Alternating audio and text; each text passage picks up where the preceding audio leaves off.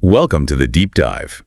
Today, we're tackling a really significant story in aviation history. We are indeed. The 1994 crash of American Eagle Flight 4184 near Roselawn, Indiana. Yeah, and it's more than just, the tragedy itself. This event really forced a hard look at aircraft safety. Especially with icing conditions. Exactly. Particularly for those ATR turboprop planes, it exposed some critical questions. Right, and for you, our listener, maybe you want to get up to speed on these important topics, but, well, quickly and thoroughly. This deep dive should do just that. It's a shortcut, really, to understanding a pretty complex but vital piece of aviation safety history. We'll be digging into how aircraft design, the regulations, and the weather all kind of came together. With absolutely devastating results. Yeah. Our main source is a very detailed article, pulls from official reports, books, expert interviews. Gives a really comprehensive picture. It does. It really sets the scene well for how something that seems so ordinary, just another flight, could turn catastrophic so fast. And why the lessons are still, frankly, so relevant today. Absolutely. Okay, let's set that stage then. It's Halloween, 1994.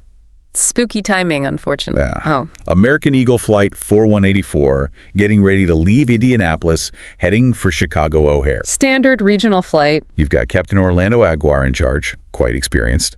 First Officer Jeff Galliano, who, interestingly, had more actual flight time on the ATR itself. Right, more type-specific hours. And then flight attendants Sandy Modaff and Amanda Holberg. And for Amanda, it was her very first day on the job. Oh, wow. That's just heartbreaking. Incredible, isn't it? Yeah, and the day itself, just a typical late autumn day in the Midwest. Damp, cool. The forecast mentioned rain, fog, maybe some thunderstorms. The freezing level was around 10,000 feet. Importantly, though, no SIGMETs. No significant meteorological warnings for severe weather. But there was an airmet. Right, indicating potential for light to moderate icing. Kind of standard for that time of year and altitude. So nothing screaming immediate danger, not at that point. No, not really. The flight was actually delayed, leaving Indy. Ground delay due to flow control into O'Hare. Busy airport. Happens all the time, especially at Chicago. They finally got airborne around 2:55 p.m. Eastern. Cleared to 14,000 feet initially. But they went higher for a bit, didn't they? Up to 16,000? Yeah, looks like maybe to get above some turbulence. Then they started back down towards their assigned altitude at 10,000 feet. Okay, and it's around then, descending through that 10,000 foot level where the temperature drops below freezing. That's when the crew switched on the anti-icing and de-icing systems. Standard procedure. Makes sense given the forecast, the airmet, the altitude, which is what you'd expect them to do. But their direct route wasn't happening. ATC told them to enter a holding pattern. Near the LECIT intersection, right? Still at 10,000 feet. Exactly. Traffic backups heading into Chicago from the west were causing delays. So they're circling in the clouds at an altitude where icing is known to be a possibility. And this holding pattern is, well, it's absolutely central to what happened next.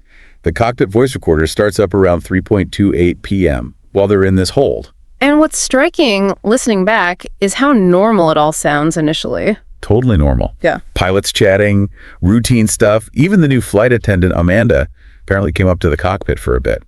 Curious. Just trying to see what's going on, probably. No sense of alarm in the cockpit at all. Not yet. But, there are maybe some subtle clues starting to emerge. Like the captain's comment. Yeah, Captain Aguirre mentions the ATR's tendency to fly with a high deck angle nose, kind of high during turns in the hold. Which can be a bit uncomfortable, maybe affect visibility slightly. So to counter that, they decide to extend the flaps to 15 degrees. The thinking was that would help lower the nose a bit. A configuration change while holding in potential icing? And right after they extend those flaps, maybe a minute later, ding, a caution alert. From the anti-icing advisory system. Yes. But they don't seem to react immediately. Maybe they didn't see much ice, didn't feel anything unusual. It's possible, but the system was detecting ice accretion. The flight data recorder later showed a slight drag increase around then. Subtle, but there. Probably too small to really notice without instruments specifically telling you. Likely, yeah. Then, ATC extends their hold time. More circling. And then another caution chime from that same anti-icing system. Okay, second time. This time they react. They turn on the de-icing boots, the inflatable rubber strips on the wing edges, designed to break off ice. And there's a comment on the CVR around then. One of the pilots mentions seeing some ice. Right. But it doesn't seem to become a major point of discussion. It's sort of noted, and they've activated the boops. So awareness is there, action's been taken, but still no sense of imminent danger being perceived. Seems that way. Then finally they get clearance to descend, down to 8,000 feet. Okay, leaving the hold, starting the descent. As the plane picks up speed coming down, suddenly they get a flap over speed warning, going too fast for the flap setting. Okay, so standard procedure, retract the flaps immediately. Which they do. Yeah. And then Yeah. chaos. Just 2 seconds later, literally 2 seconds after the flaps came up. It's about 3:57 p.m. Eastern Time. A series of loud thumps recorded on the CVR, And the control yokes. violently slammed to the right, all the way to the stop. The autopilot kicks off instantly, And the plane just rolls hard. uncommanded. To the left, incredibly rapidly, you hear the pilot shouting, startled. Complete surprise, loss of control. The first officer, Galliano, he's fighting it. He actually manages for a split second to stop the roll. But at a crazy angle, like 77 degrees, bang. Yeah, almost sideways. But then the controls are forced right again, so violently it actually rips the yoke out of his hands. Just overpowered him. The plane keeps rolling, past 90 degrees, past vertical, does more than a full 360-degree roll. Utterly terrifying, and they're losing altitude fast now. Desperate attempts to recover, but the aircraft is in a steep dive, maybe 60 degrees nose down, accelerating rapidly. The ground proximity warning system starts screaming. Terrain, pull-uppy, pull-uppy. But there's just no time. No altitude left. They're pulling immense G-forces, around 3.6 Gs. The stress is too much. The aircraft breaks apart in midair. Probably around 1,000 feet above the ground. A horrific end. The wreckage comes down in a soybean field near Roselawn, Indiana. Impact was incredibly violent. Not much left intact. Just devastating. All 68 people on board, 64 passengers, 4 crew were killed. And immediately everyone's thinking, ice has to be the ice. That was the immediate, overwhelming suspicion. Given the conditions, the altitude, everything. The NTSB, the National Transportation Safety Board, launched a major investigation straight away. Grim work. Recovering the black boxes, sifting through the wreckage, the human remains. Just awful. The site itself was hazardous, widespread debris field. But those flight recorders, they held the key. The CVR painted that picture of normalcy right up until the final seconds. But the FDR, the flight data recorder, that showed something truly alarming. What did it show exactly? It showed that right after the flaps were retracted, the ailerons, those are the control surfaces on the trailing edge of the wings that make the plane roll, they suddenly deflected on their own, hard over. Far more than the pilots or even the autopilot could command. Exactly. Way beyond normal limits. Something external had to be forcing them. Which pointed straight back to ice. But how? How could ice physically move the controls like that? That became the core question. And to answer it, you really have to dive into the specifics of the ATR's wing design. Okay, let's do that. It was known for being a high-performance wing, wasn't it? It was very efficient for its mission. High aspect ratio, meaning long and slender wings. And it used a particular airfoil shape, a modified Nasica profile. Great for fuel economy on those shorter regional routes. That was the whole point. Precisely. Efficiency was king. These wings, often using advanced composites for the time, generated a lot of lift effectively. But there's always a trade-off in engineering, isn't there? Always. And in this case, that highly optimized, efficient wing shape made it particularly sensitive. Sensitive to what? Sensitive to any disruption of the smooth airflow over its surface, like, for instance, ice accretion. Okay. And the ailerons themselves were a bit different, too, compared to bigger jets. They were. They weren't hydraulically powered like on, say, a 737. They were unpowered, directly connected to the pilot's yokes via cables and pulleys. Kind of old school, almost. In a way, yeah. Simpler, lighter, perhaps, but to make it easier for the pilots to actually move these surfaces against the air pressure. They had those little tabs, the control horns. Exactly. Small aerodynamic surfaces designed to help move the main aileron, reducing the pilot's workload. A sort of aerodynamic assist. Okay, so unpowered ailerons, control horns, sensitive wing. How does ice fit in? This is where we get to a really critical and dangerous aerodynamic phenomenon, hinge moment reversal. Sounds bad. It is. Normally, air flowing over a control surface tries to push it back to neutral, aerodynamic stability. Right. But under certain conditions, especially with these unpowered systems, the forces can flip. The airflow, instead of resisting the control movement, actually drives it further towards its limit. It grabs the control surface and slams it over. Essentially, yes. A complete reversal of the expected forces. Now, this is something engineers knew could happen, but typically only at very high angles of attack, like during a wing stall. When the airflow separates from the wing. Precisely. But Flight 4184 wasn't stalled. They were flying at a relatively low angle of attack when control was lost. So that was the mystery. Why did hinge moment reversal happen without a stall? And the investigation, especially simulator work done later by ATR themselves, found the terrifying answer. Which was? A very specific type of ice formation. A ridge of ice forming just behind the leading edge de-icing boot. Not on the boot itself, but aft of it. Correct. On the upper surface of the wing, in an area the boot didn't protect. And crucially, this could happen on just one wing. Asymmetrical icing. Yes. And their tests showed this specific ice ridge could trigger aileron hinge moment reversal at a surprisingly low angle of attack, around just 5 degrees. Wow. Nowhere near a stall. Nowhere near. And chillingly, this could happen very suddenly, with no real aerodynamic warning for the pilots. No heavy buffeting, no significant drag increase they'd likely feel. Just a sudden violent roll. Exactly what happened to 4184. And the configuration holding with flaps 15, then retracting them, matched this scenario. It did. Holding with flaps down could change where ice accumulated, potentially letting it build up further back, behind the boot.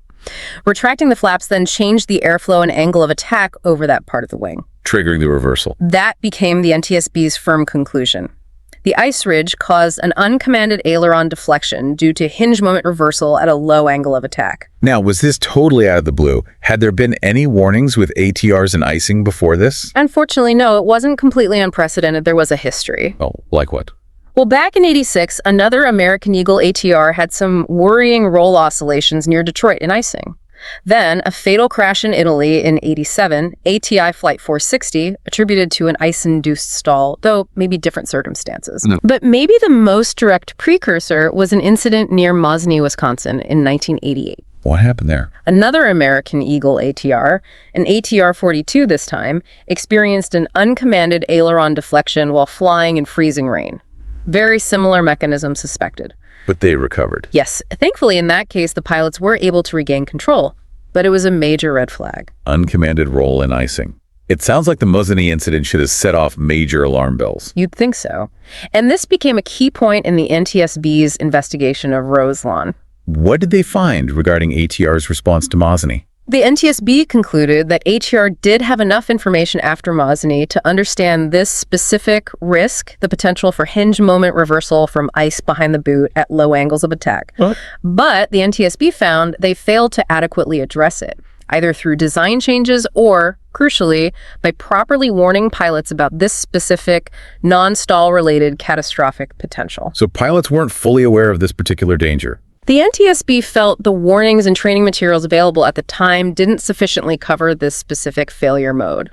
And the regulators. Yeah. The FAA. What was their role prior to Roslawn? Well, despite Mosney and the other incidents, there wasn't significant regulatory action taken against the ATR concerning this specific icing issue before the Roslawn crash. So, no mandated changes. Not regarding this specific mechanism, no. It really took the shock and scale of the Roslawn tragedy for the FAA to act decisively. Which they did afterwards. Oh, yes.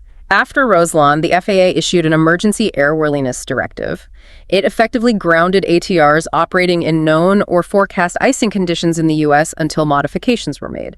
A huge step. Now, the investigation wasn't just the NTSB, right? The French authorities were involved too. Correct. The BEA, the French equivalent of the NTSB, also investigated, as ATR is a French-Italian manufacturer. And did they see eye to eye with the NTSB? Not entirely. While they agreed on the basic aerodynamic cause, the ice ridge and hinge moment reversal, the BEA's report placed perhaps a bit more emphasis on operational factors, such as They raised questions about air traffic control requiring the hold in icing, about the crew's decision-making in the hold, like extending the flaps, and maybe their overall situational awareness regarding the icing threat. so potentially suggesting some different contributing factors related to the pilot's actions. Somewhat, yes. The NTSB acknowledged operational factors, but strongly concluded the primary cause was the aircraft's unforeseen vulnerability to this specific type of ice accretion and the lack of warning. They didn't find the pilot's actions causal to the accident itself, a subtle but important difference in emphasis. Okay, so putting it all together, what were the big changes that came out of this awful event? What safety improvements happened because of Flight 4184? Roslawn was definitely a catalyst, a painful one. Several major things came from it. Like the plane itself. Yes, first, the de-icing boots on ATRs were significantly enlarged, extended further back on the wing's upper surface to cover that critical area where the ice ridge was forming. Directly addressing the cause. Directly. Also, a huge push in pilot training, especially simulator training. Much more focus on recognizing and recovering from unusual attitudes and control. Upsets, what we now call upset prevention and recovery training, or UPRT. Preparing pilots for that sudden, unexpected loss of control. Exactly. And there was another important outcome, more on the human side. What was that? The handling of the aftermath, dealing with the families of the victims. The Roselawn crash really highlighted deficiencies in how airlines and authorities supported families in these horrific situations. Right, the communication, the logistics, the emotional support. All of it. And that directly led to the passage of the Aviation Disaster Family Assistance Act in the U.S. Congress, a major piece of legislation mandating better care and information for victims' families. Some critical safety and support improvements born from tragedy. Absolutely. It's a stark reminder, isn't it, how these high-performance machines pushing efficiency can still be vulnerable to something as fundamental as weather. Yeah, the unpredictable power of nature interacting with complex technology. And while we've learned so much since 1994, better weather forecasting, better de-icing systems, much better training, the basic physics haven't changed. Icing is still a serious threat that demands constant vigilance. Flight 4184 really underscored that. It forced the industry to confront a hidden vulnerability. It did, and it leaves you thinking, doesn't it, about those ongoing efforts to anticipate and manage these risks. Have we truly identified all the potential unknown unknowns where environment and machine can interact in catastrophic ways? It's a question that safety experts grapple with constantly.